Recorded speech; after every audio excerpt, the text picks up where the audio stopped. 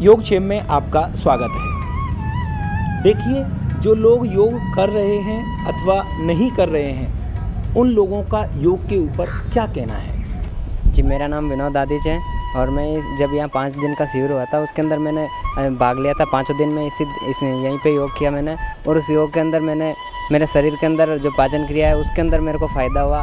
और उस योग का शिविर हो जाने के बाद अब भी मैं योग करता हूँ, और इससे मुझे एक तो सुबह जल्दी उठने की आदत हुई है और सकारात्मक विचार मेरे दिमाग के अंदर अब रहने लगे हैं और मुझे योग से फ़ायदा हुआ। मेरा नाम रामनाथ योगी फ्रॉम दौसा।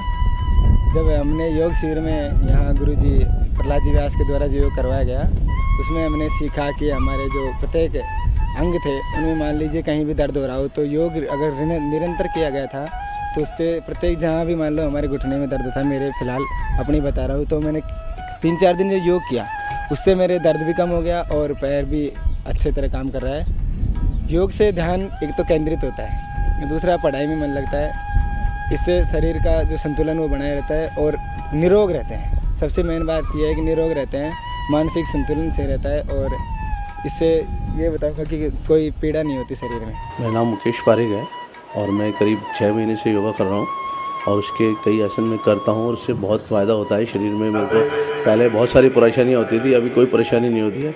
अस्थमा था मेरा, वो भी ठीक हो गया है।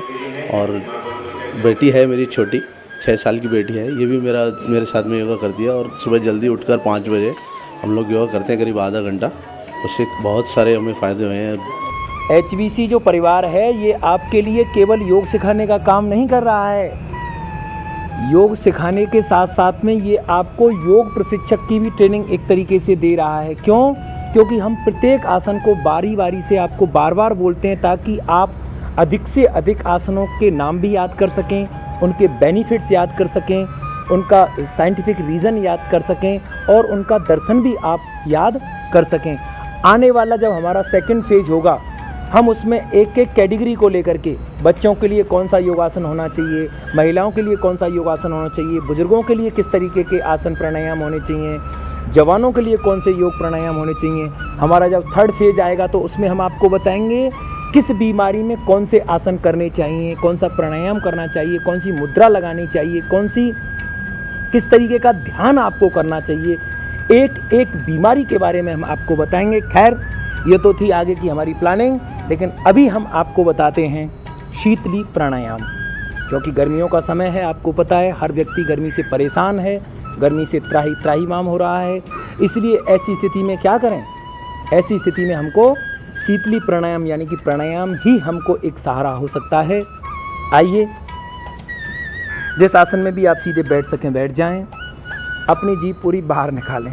देखो, संकोच मत करो, किसी भी प्रकार का आपको संकोच नहीं करना है। देख करके कर रहे हैं आप, कर लीजिए। जीभ को बाहर निकालिए हमारे जैसे। अब जीभ को फोल्ड करना है कोए जैसे। अब इस जीभ के जो नाली बनी हुई है बीच में, इसमें से श्वास को बाहर अंदर खींचना है।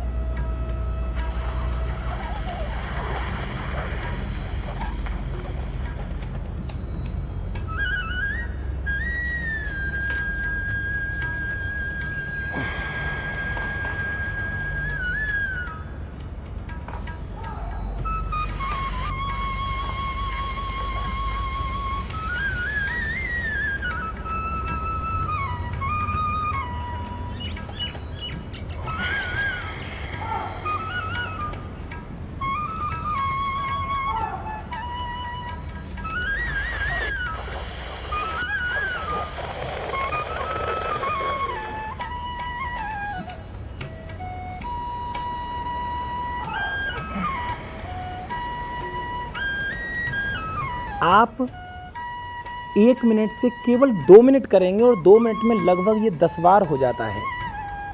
कितनी बार? 10 बार। 1 मिनट में 5 बार।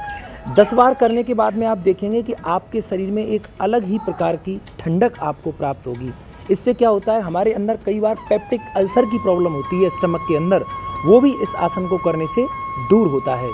हमारे दांतों की प्रॉब्लम हो, हमारे मुंह में से बदबू आती हो, वो भी इस प्राणायाम को करने से ठीक होती है।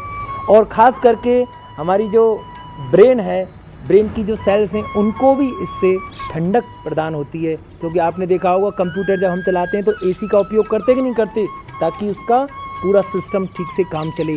इसी तरीके से ये भी हमारा कंप्यूटर है, ये भी हमारा कंप्यूटर की तरह कार्य करे, उससे भी ज़्यादा कार्य करे। इसके लिए आपको शीतली प्राणायाम नियमित करना चाहिए। हमारे साथ साथ चाहे आप 2 से लेकर के 5 मिनट ही इसको करें। और प्राणायाम के बाद में जिसकी चर्चा हम आपसे बार बार करते हैं कि आप चाहे 2 ही मिनट के लिए करें, 5 मिनट के लिए करें, आंखें बंद करके अपने प्रभु का स्मरण करें, अर्थात आप ध्यान करें। ध्यान आपको ऊर्ध्वमुखी बनाएगा, आपकी ऊर्जा को, मूलाधार की शक्ति को ऊर्ध्व आरोहण कराते हुए सहस्त्रार तक पहुंचाएगा। जब आपके अंदर ज्ञान का भंडार होगा, आप अधिक ज्ञानवान बनेंगे, प्राणवान बनेंगे। इसलिए प्राणायाम करने के बाद में आप ध्यान करना ना भूलें। आप सुखी हों, समृद्ध हों, खुशहाल आपका जीवन हो। इन्हीं शुभकामनाओं के साथ में आपसे फिर कल मुलाकात होगी। जय श्री गुरुदेव।